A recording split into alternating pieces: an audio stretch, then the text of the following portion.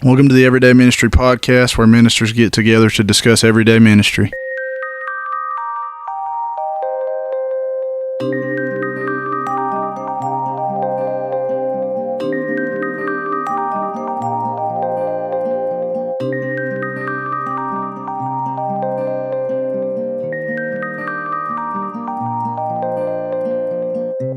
This is James, and I am sitting here with Tim Milner, and I really hope I'm pronouncing his last name right, and I'm probably not. But Tim, how's everything going, man? Everything is going well, and you did a fine job. Most people say Tim Milner, but I like that Milner. Milliner. That's nice. I might switch to that. Okay, awesome. If you would, just start off and just introduce yourself and tell us a little bit about you and what you, your family, your education, your ministry experience, and then don't tell us about what you're doing yet. I want to get to that in a little bit. Let's keep people in suspense for a minute. All right, fantastic. Well, my name is Tim Milner. I'm 32 years old, married. Been married to my wife, Kristen, for a little over 9 years.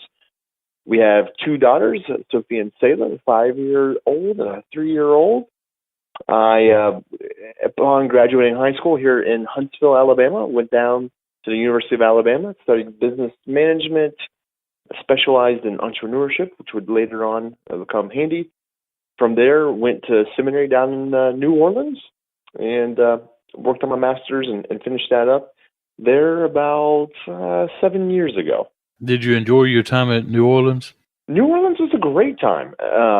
After New Orleans, I would eventually go and help start a church in downtown San Francisco. And many people have asked me, was that a good bit of culture shock going from Huntsville to San Francisco? And honestly, New Orleans was such a blessing because New Orleans is in many ways in between Huntsville and San Francisco in the sense that New Orleans is still in the South, yet it still has the urban problems. It has, not only problems, but also some of the advantages of more big city living, which is fun, but also took a little bit to get used to. It had certainly a more progressive demographic, and I'm not necessarily familiar with that in Huntsville. So New Orleans was a great experience. I mean, seminary was good, but just living in the city ended up being very, very fruitful in ministry preparation. And I also got plugged into some really cool churches. There was a pastor that took me in and gave me some mentoring at First Baptist Kenner. Very grateful for the time there. And then once we knew that I'd be going into church planting, I was connected with a pastor of a church plant in New Orleans called Harbor Community Church.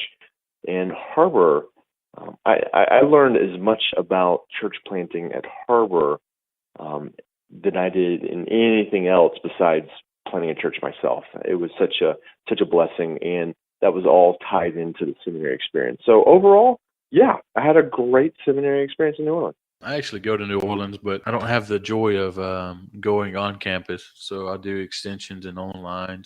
But I think it's interesting to hear about when people get to go and still be a part in different places. So I see that God has kind of developed you and your experience there along with your education. Just go ahead and jump in there and just tell us where you're at now and what you're doing now. I moved back to Huntsville about a little over 2 years ago to start Essential Church. Essential Church meets in the downtown area of Huntsville. Our purpose is to love people who don't normally go to church. So Huntsville in Alabama, in kind of the middle of the Bible Belt, it's an interesting city, though. It's really a government city in many ways. NASA was founded here in Huntsville when Wernher von Braun and his scientists settled down here. And again, eventually NASA came from that. So while there are certainly some people from Huntsville, many people in our city are not from Alabama at all. Because of that, you have a pretty interesting demographic. You have folks, if you will, that grew up in the church. You have folks who kind of represent the Bible Belt, if you will. And then you also have people coming from all over the nation and world working for either NASA or the Missile Defense Agency, which is a big center here. So because of that, you have a very religiously diverse people in the sense of ARDA, for example, ARDA did the last known religious study from a demographic standpoint. about 10 years ago. And what they uncovered was that half of our city had not gone to a church once in the previous 12 months. And if you dig in a little bit deeper, a picture kind of emerges that 25% of our church, 25% of our city is actively involved in a church. 75% is not. And while there are places in this nation and around the world that we would love to see 25% of people involved in a church, it's still, something just happened and it broke my heart that 75% of our city is not actively involved in the church. And that's even pretty broad. And if you start talking about churches, focused on Christ, of course, the 25% includes, anything that could be associated as a church, including some things that maybe I don't see eye to eye on, perhaps a Catholic. But anyway, so about 3 years ago, 3.5 years ago from now, it's like, man, just a spark happened in my own heart. I traveled back to Huntsville. I was living in San Francisco. And in this particular trip, two things really happened. My heart was rekindled for the people of Huntsville. When visiting, I was just like, man, I love this place. I love these people. I'm proud to be from Huntsville. I loved growing up here. Anytime any of my friends were talking about Huntsville, I always spoke very highly of it. And on that trip, just something happened. I was like, man, I'm having a hard time putting words to it, but I love this place. I'm a sixth generation Huntsvillian, at least. We don't know where the seventh live. So Milners have been plowing the ground of Huntsville for a long time. And I just felt that on that trip. But then another thing happened as well. Not to go into too many details, but on that trip, I saw some of the brokenness of Huntsville. And I got to see that while, yes, there are lots of churches here, there are many here who do not know the truth and grace of Jesus Christ. And so on that 1 week trip, my heart warmed up and broke for my hometown. And so that kind of set into motion me going, of course, flying back to San Francisco, which is where I lived. And after spending several weeks, turned into months, praying about it with my wife, I just let the rest of our team in San Francisco know. I was an executive pastor out there, so I let the lead pastor know and the rest of the team, and just asked them to pray about it with me. And after a few days, the doors were wide open, and my wife and I we were as sure as we could be that God was leading us back to Huntsville to reach people who thought church were not for them. So that's how we got to where we are. In a minute, we're gonna talk about just how everything's been going in the church itself. But the first thing I really want to ask you is what I ask everyone when I get them on here is how would you define an everyday minister? James, it's great. Rereading The Purpose-Driven Life by Rick Warren. I know, when you have a figure like Rick Warren, everybody's got an opinion. For whatever reason, that book has been helpful for me. And it's a book that I read typically every couple of years. And every time I do the 40 days of walking through that book, I just, the wheels are spinning. I feel focused. I feel clarified. And I tell you, I'm in the middle of that right now. And I think a great answer to that question can be found early in that book. And it's just this idea of what is our purpose? And ultimately, my purpose is to bring glory to Jesus Christ. Right. And that's an everyday purpose. I really do think that's what an everyday minister is. And before I picked this book up the most recent time, if you would have asked me, like, Tim, what is your purpose? I think I would have given you a different answer. I think I would have said something along the lines of trying to grow Essential Church, if we were just being honest. Like that, I feel like that's really where a lot of my focus and my attention is right now. But then just reading the book, just recognizing that, no, wait a minute. Trying to reach people through Essential Church is just one avenue that I'm trying to be an everyday minister in the idea of, man, every day, man, just trying to point people to Jesus Christ. Pointing people to Jesus Christ when I go to the gas station, pointing people to Jesus when I'm playing with my girls, pointing people to Jesus when I'm preaching, pointing people to Jesus as I'm doing any number of things. And so when I see your question here, when I hear your question, what is an everyday minister? I think it's just, for me, it's remembering that my ultimate purpose is to bring glory to Jesus. And that fleshes itself out in many different ways. Some of them through my job as a minister, some of them as my role as a dad or a father or a son or an uncle or a nephew. And it really doesn't matter where I am. I am called to be an everyday minister, just like you and just like everyone else listening to this show. That's right. I was actually, as we were talking before, I was planning out all worship sets with my worship pastor, and we're looking at over the scripture we're going to be preaching through in the next few weeks. And I was reading it, and one come to mind after you've given your answer, and it's Colossians 3:17. It says, "And whatever you do in word or in deed, do everything in the name of the Lord Jesus, giving thanks to God the Father through Him." That, like you're saying, everything we do should bring glory to God, and that is an everyday thing. It's not a 5 days a week or just what we do on Sunday mornings or whatever our small group times may be.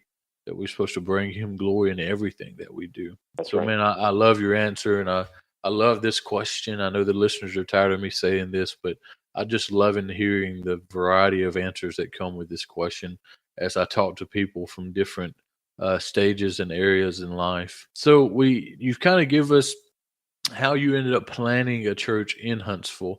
When we were talking a minute ago, you said that you visited and you kind of felt the passion and the desire and all of this to plant in Huntsville, and then you went back to San Francisco. And you said not too long after that the doors began to open. So just tell us the process that you went through when it come to planting the church. Great question. So let me start off by giving a little background. Some of it I may have already alluded to, but I was involved with a church plant as an intern in New Orleans, as a staff member, executive pastor in San Francisco, and then lead pastor here in Huntsville. And through these 3 different church plants that I've been involved with, I've had an opportunity to talk about church planting on a daily basis for, I don't know, probably around 10 years at this point.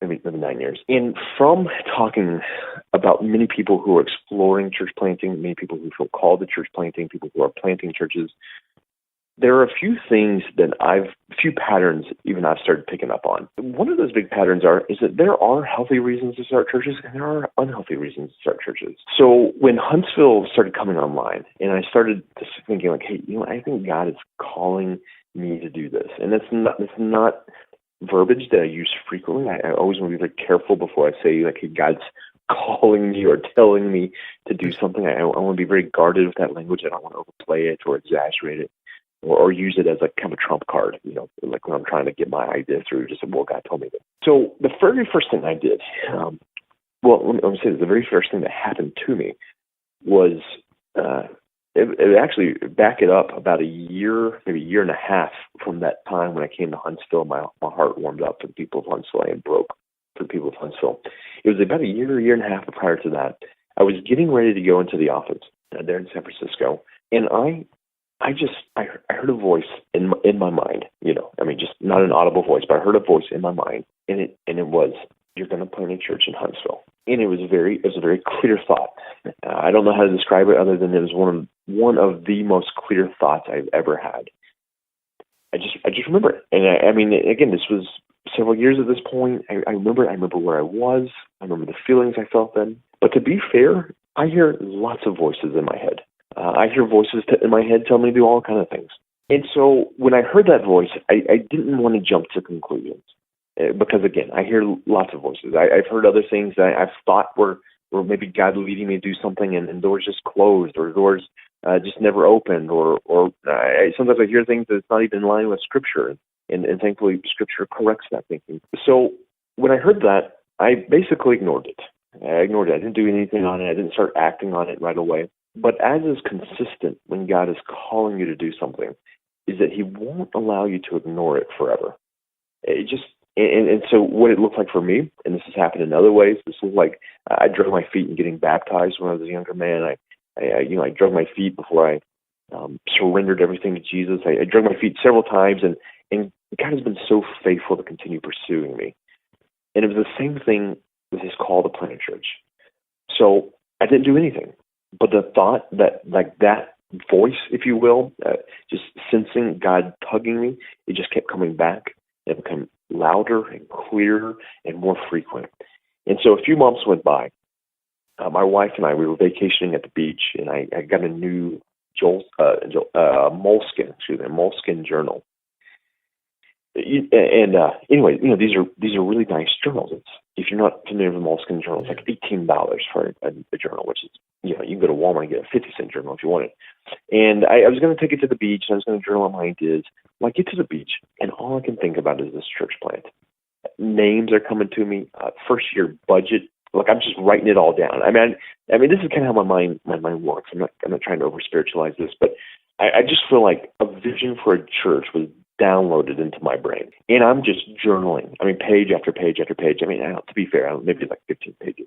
And all my thoughts, the vision, and then I get back to San Francisco, and I feel shame. I felt like I was almost cheating on my current vision. You know what I'm saying? Like I was a minister of a church. I loved what I did. I loved the people that we were with.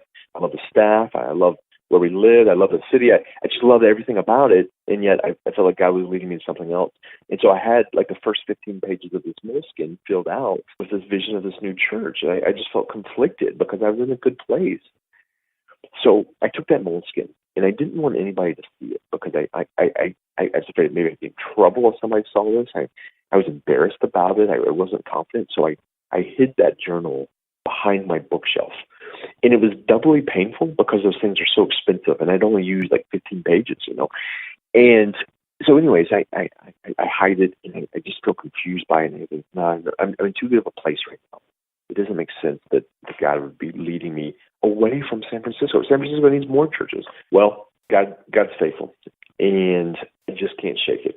And another week passes, another month passes, another month.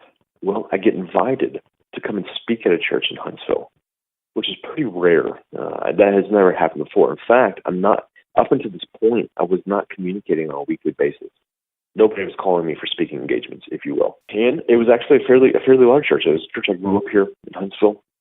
And so anyways, they flew me back. I got to speak at one of their services, part of a missions fair. And again, that's where that week happened, where my heart was rekindled for the people of Huntsville. It's where my heart broke. And but here's the thing, James.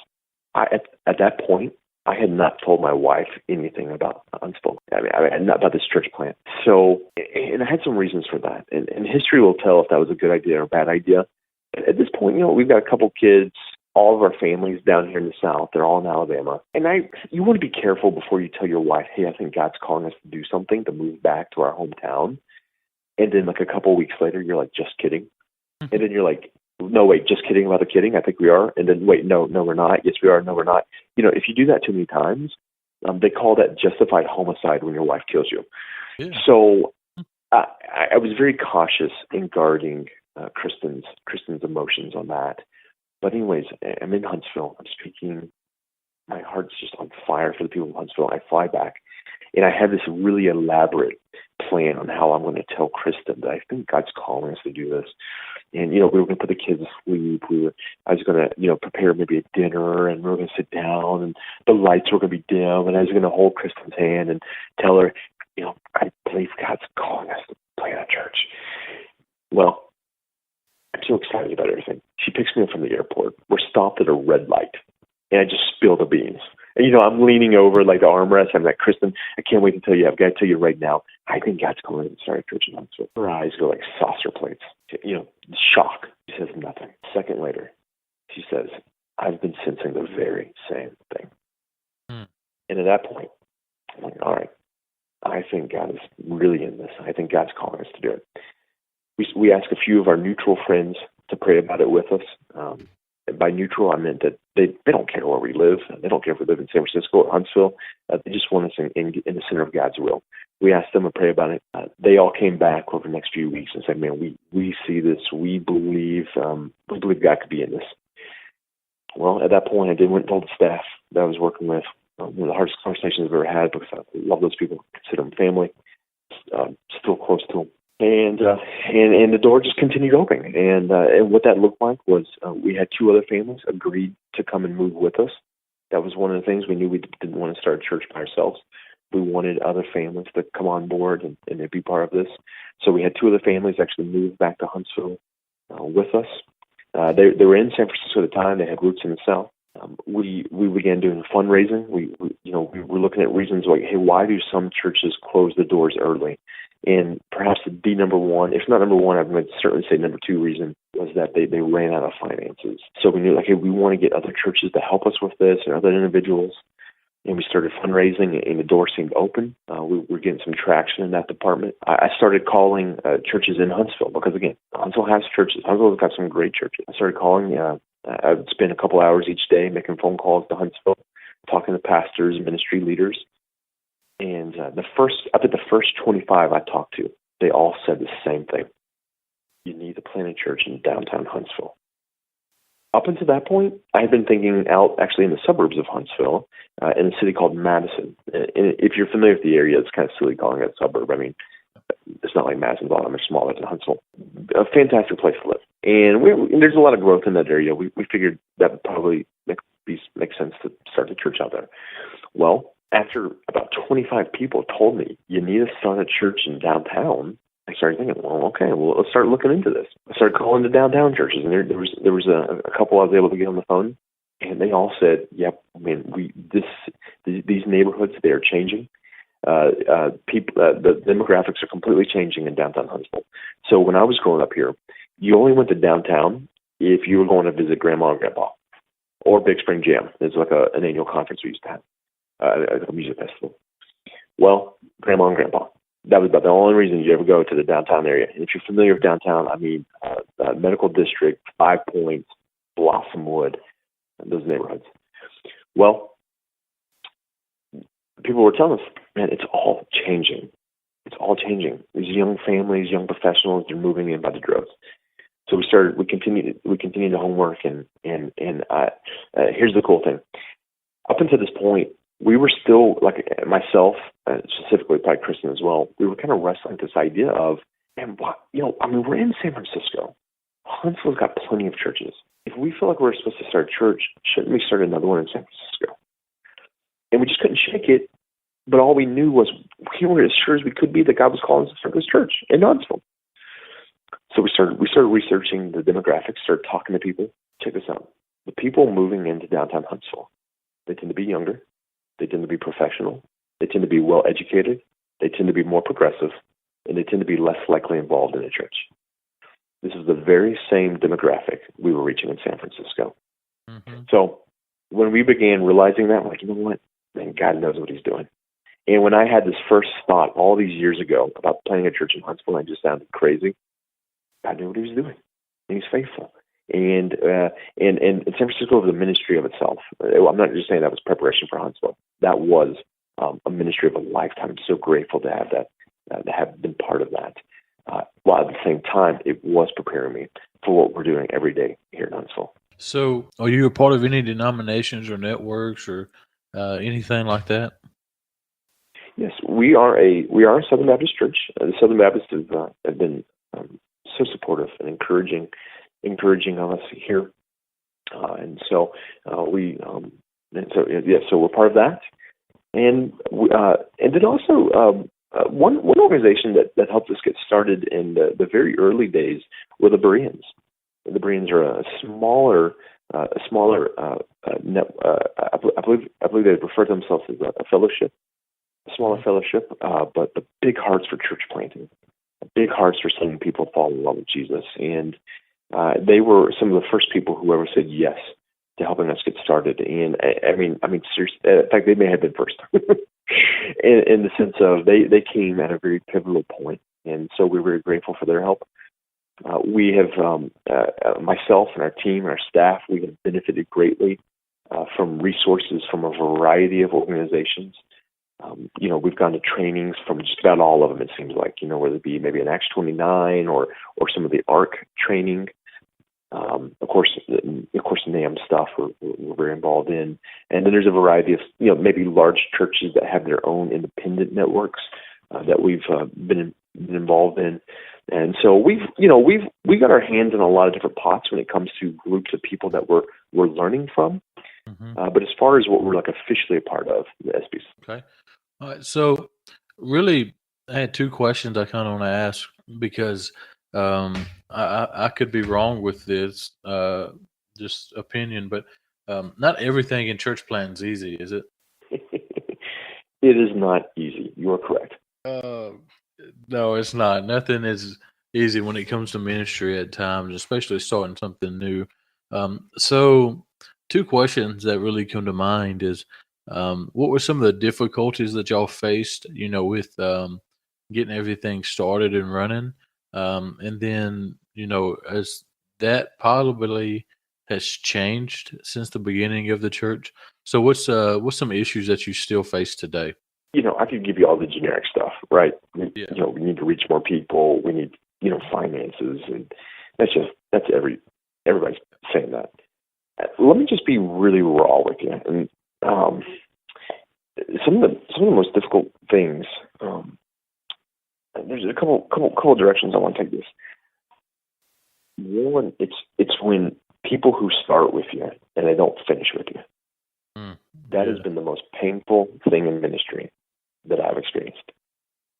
I've heard stories that's difficult when maybe somebody who's part of a launch team that they're prepared to help start the church, and then they decide this isn't for them, or they don't like the way things are going and they leave.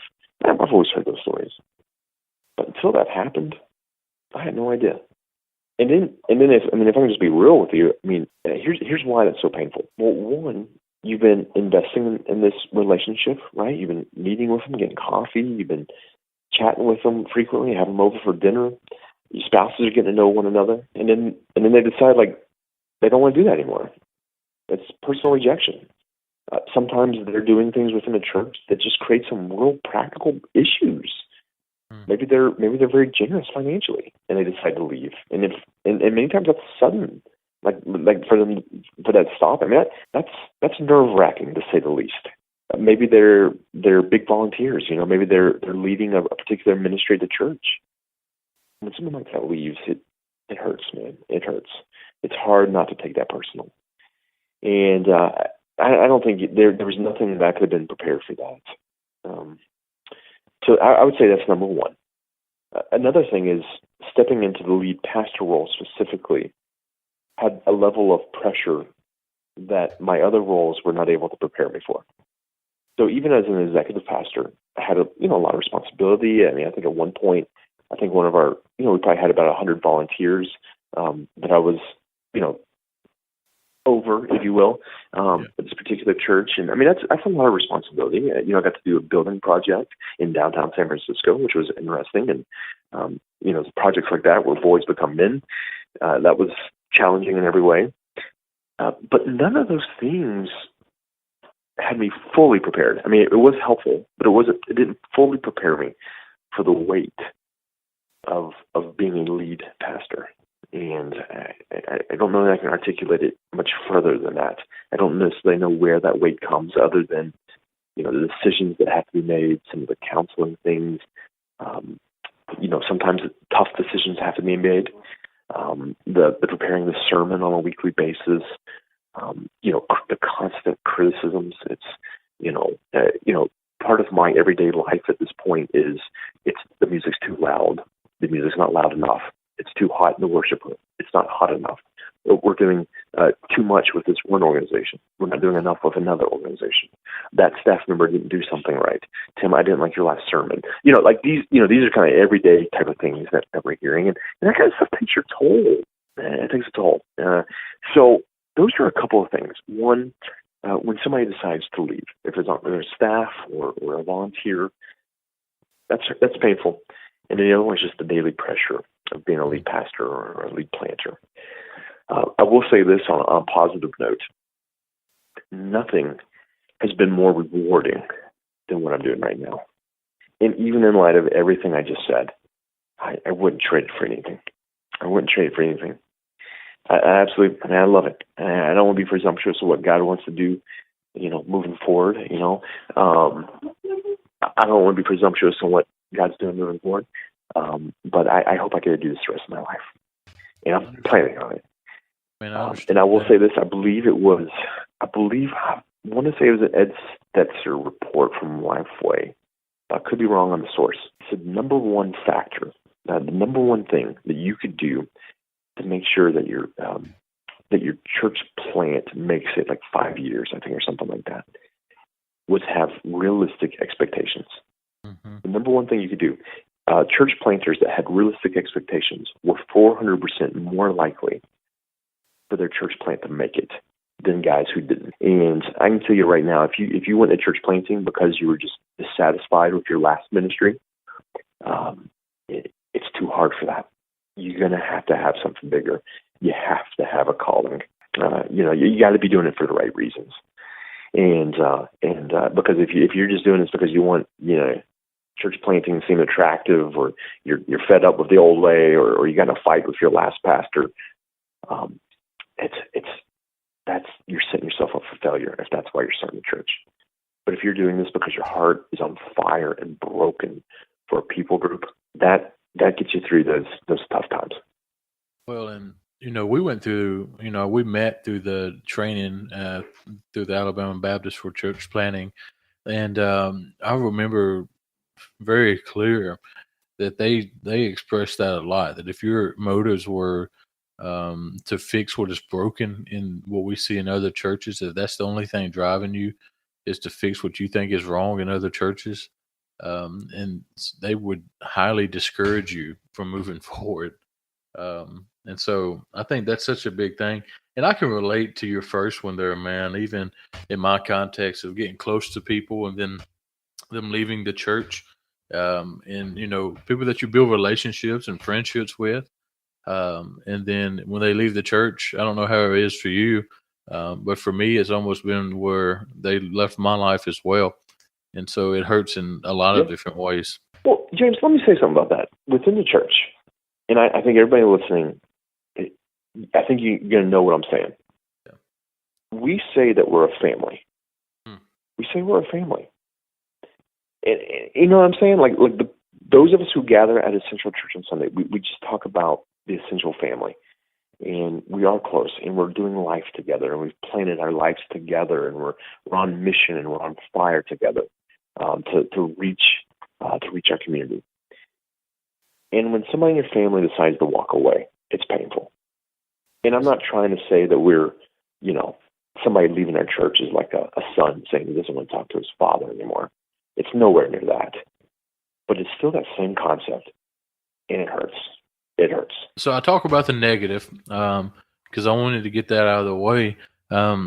Just briefly tell us about just some of the greatest things, or just maybe one thing that you've seen thus far that just has made it all worth it. All right. My favorite moment with the church plant here in Huntsville up until this point, there's one moment that stands out in my mind. So we're currently renting a space, and we share it, and it's difficult to describe. Imagine a warehouse that's been refinished into like a retail, like it's really nice. Like they've done a nice job with it, but it's ultimately kind of like a warehouse shell to it. And several different businesses have used it, but the front half of the building is like one big open room, and so that's where we have our services. The back half of the building is where we have kid space, and other people have different offices for their various businesses. Well, because it's a shared space, we don't have a baptistry. So when somebody gets baptized, we have to find someone else to do that. Well, I believe we started doing them late last year. So I want to say this was September 29th last year. We decided, hey, you know what? We're going to buy an inflatable pool, and we're going to set it up right next to the road. Because like our building is right on University Drive, right where it turns into Pratt. Kind of downtown area of Huntsville, and it's a very busy road, albeit Sunday mornings are a little slower. And there's like this big grassy spot in between the road and our parking lot. So we said, you know what, we're going to set up this baptistry. Is it like a $30 pool on Amazon? We're going to set this baptistry right down the road, and people can get baptized, like just giving their testimony. I followed Jesus, right, like where the whole city can see it. And so in order to do that, I preached a sermon. And then they were doing like one final song and some announcements. So I sneak out to the front, to the baptistry. I I get ready to get into it. We use we have our church shirt, T-shirt, and then I had a swimming suit on, so I changed into that, and I get into the pool, and then the people about to get baptized are waiting, and then as soon as that last song and announcements are over, our front doors open, and we asked everybody to leave the auditorium and to come to the side of the road and circle around the baptistry. And so here I am. I'm sitting in the baptistry. Well, I'm kind of like kneeling in the baptistry. I've got cars zipping past me, behind me. And there's, at that point, I think maybe a couple hundred people walking out these front doors, just like 2 by 2. They're just coming out. They're kind of just flooding out the front doors, and they're coming closer to me. And it's a joyous moment, like we're about to celebrate baptisms. And in that holy moment, I remembered that first time I heard that voice say, "You're going to start a church in Huntsville." It was several years prior. I just had a flashback. I said, "God, you've been so faithful. You've been so faithful. You've been so faithful." And now we're about to baptize 8 of my friends. And I just remember, man, it took a lot of work to get there, but it was worth it. I got to say that's the best moment I've had, and I would say that's one of the best moments of my life. And I'm going to go ahead. I'm going to answer one of the questions I was going to ask you. Well, I don't even know if I was going to ask you this or not, but I normally ask people this that are church planners, is why church plant? And that right there is the answer. Along with a lot of the other things you've told us in this interview, that right there is why church planting is so important, is to reach those that never went to church. And when you do that, that's the outcome. And so that's exciting to hear, man. And I actually saw we are baptizing this Sunday, aren't you? Man, well, man, I tell you, man, we're just, it's in a good season right now. I think we've had at least somebody getting baptized. I don't know, 3 or 4 Sundays here recently, and we got 3 more ready to be baptized this Sunday, and we're excited. And I don't have the actual stat in front of me. I believe it goes something like this: your typical established church will typically, like if you just look at all the established churches that have been there, I can't remember what the cutoff is, but think like more than 20 years. For every 50 people there, on average, maybe 1 would get baptized per year. So if you start doing the math on that. But if you look at a church plant, it's for every 17 people, 1 person will be baptized. So there's something across the board. Church plants are 3 times better at baptizing people. And by better, you know what I mean. They're baptizing 3 times more people, person per person. Right. And there's just something about it, and I don't know what that is, but God uses that. And then I'll say somebody told me this, and sometimes people ask, well, why plant in a city that already has some plants? Well, my answer is I just say, man, listen, I tried not to. I don't know what to say. I ran from it for as long as I could. God just kept calling me back to it. But there's an old, like an ancient proverb, if you will, not a biblical proverb. I'm not sure where it came from. It said the best time to plant a tree was 20 years ago. The next best time is today. That's right. And I think to myself, man, churches, it takes a long time for churches to get their legs underneath them. Consider this. Look at the source of funding and people for global missions. The Southeast, the United States of America and the Southeast is a huge, huge chunk of that, sending money to global missions and sending people to the global mission field. Yeah. But look at the numbers in the Southeast. They're all pointing in the wrong direction. We've got to be planting churches. We've got to be planting churches all over the place, even here in Alabama, because it's going to take a long time. It's going to take a long time before we're able to send the funds and the people to the field. I mean, we're doing something. In fact, we built that into our DNA. Like we're already committed to church planting. But let's be honest, it's peanuts right now. It's going to take time for us to get our legs underneath us. So if we want to see the mission movement continue across the world, and I trust in God's providence that He's going to provide But I see God raising up other planters now, and guess what? It may be 20 years before they're reaching some of their potential, if you will. But we've got to be planting churches now. We can't wait until all the churches die and say, "Oh, you know what? We need to start planting churches." It's too late. You will have missed a whole generation if you do that. So, plan on, my friends. That's right. Well, that leads me to the last two questions I want to ask you, and then we'll get into the plug of the week. Is real quick, just give one advice that you would to someone that maybe he's out there, is seeking the plan, or maybe he's in the middle of planning a church. One advice to him. I would say what I'm about to say is well thought out and it's well calculated. This is not a knee-jerk reaction. It's advice that I've received many times. It's advice I've given many times over the years. If you're going to start a church, do not do it alone and fundraise. Now, if God's calling you to something and there's some weird, like there's maybe some situation why fundraising wouldn't make sense, but I've not heard of one yet. And there's a place for being bivocational. There's all these things. But here's the thing: why most of my friends who have started churches and gone home early, it's been a result because they did it by themselves, and your wife doesn't count. You know what I'm saying? I mean, of course she counts, but she doesn't count in this equation. You and your wife isn't enough. You need a team. If you don't, a bunch of things are going to happen. One, you're going to be a prime suspect for burnout. Burnout can do some really weird things, including destroying your marriage. Burnout can hurt your faith. Burnout's not good for the people that you're ministering to. So you need to do it with a team. Find somebody. And there's all kinds of ways that you can do this. So lots of different arrangements. You can, maybe if you're able to do fundraising and it goes well, you might be able to hire somebody. You might be able to tell them to do their own fundraising. And that's how we did it.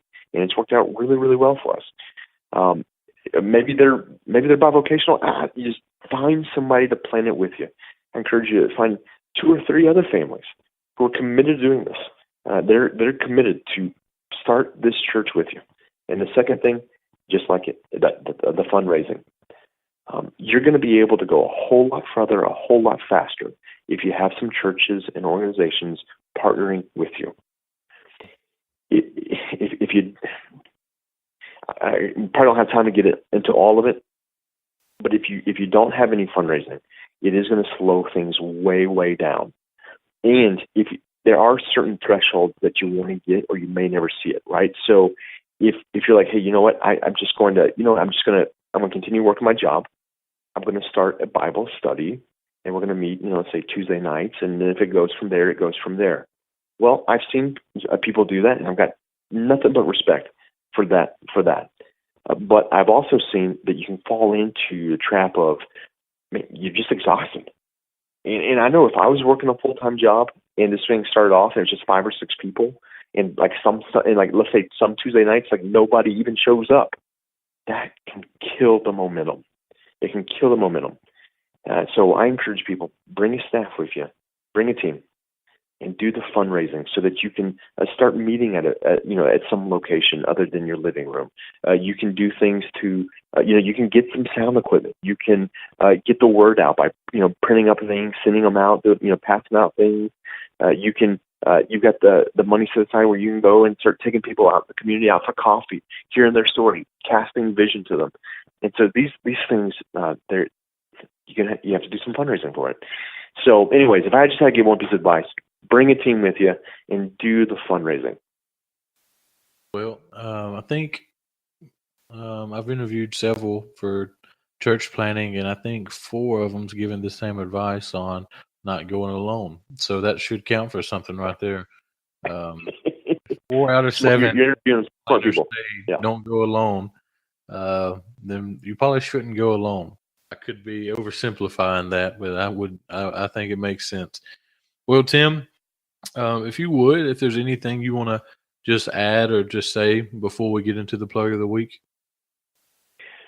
Well, I'd love to stay in touch. If there's anything that I can do to be helpful, And I want to help anybody out there who's listening. And James, would it be possible for me to maybe share my email address, or what would be helpful? I was going to do that after the plugs of the week, but go ahead and tell us how they can. The best way to get a hold of me is just going to be tim@essentialhsv.com. essentialhsv.com. You on social media too, though? If they just want to follow you. I am on social media. I'm not sure how people. Basically, I'm only on Facebook, so I don't know how people find you. I think if you go to Facebook /Timothy.Milner. Yeah, I'll tag it on there. I'll put the link on there if they just want to.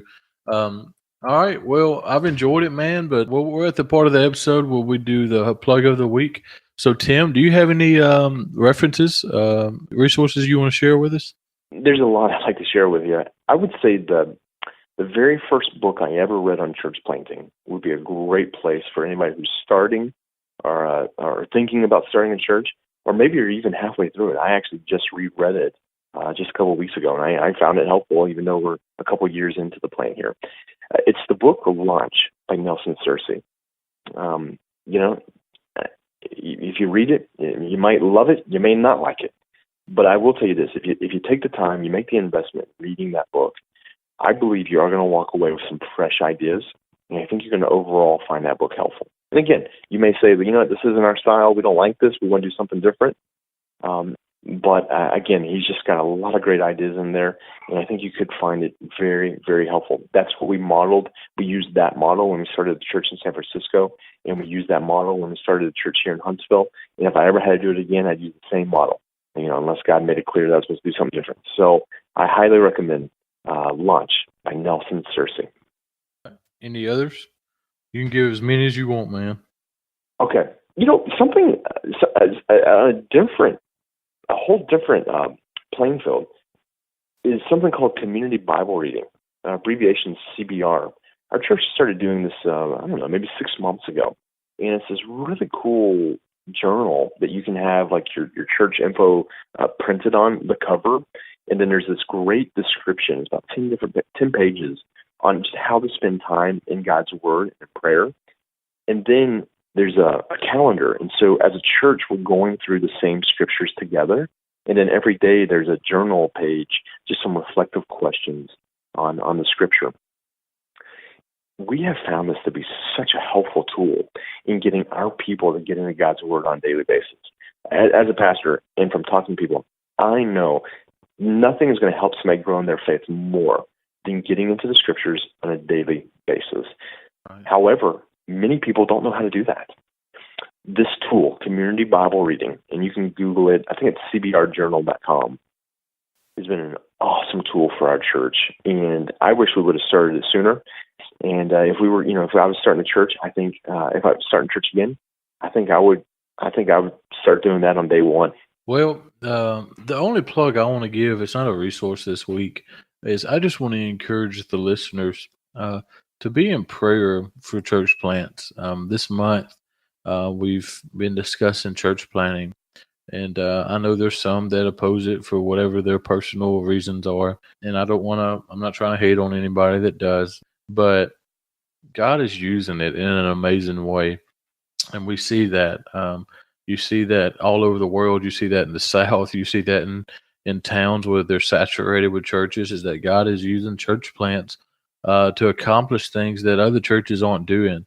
Not that they're better or anything like that. It's just they have a different purpose, just like every other church out here. So be in prayer for church planting, because it is a difficult thing. And as you've noticed in this month of podcasting, I've had one that talked about how his church plant didn't last, because sometimes that is the case. Sometimes they don't last and they don't go to longevity or become self-sustaining. So they don't operate after so many years of running. So be in prayer for church planting. I want to encourage you to be in prayer for Tim, as he would love your prayers, but be in prayer for these other guys we've talked with on here. And I've really enjoyed it, Tim. Glad you got to come and be on here with us. I'm going to close this out. Really enjoyed this podcast, man. Go ahead. Thank you. It was just an honor to be part of it, man. I really, truly honored that you invited me on to this. Thank you. Oh, man. Anytime. If you want to come back again, we can go more in depth in some other area of church planting at some point. I'd love it. Man, this has been the Everyday Ministry Podcast, a podcast where everyday ministers get together to discuss ministry. Have a good day. If you're encouraged by what you hear, please go like our Facebook page, share the episodes, and rate the podcast on iTunes. Don't forget that a new episode drops every first and third Mondays. Our prayer is that these episodes are an encouragement to you and that you would be faithful in the ministry that God has placed you in.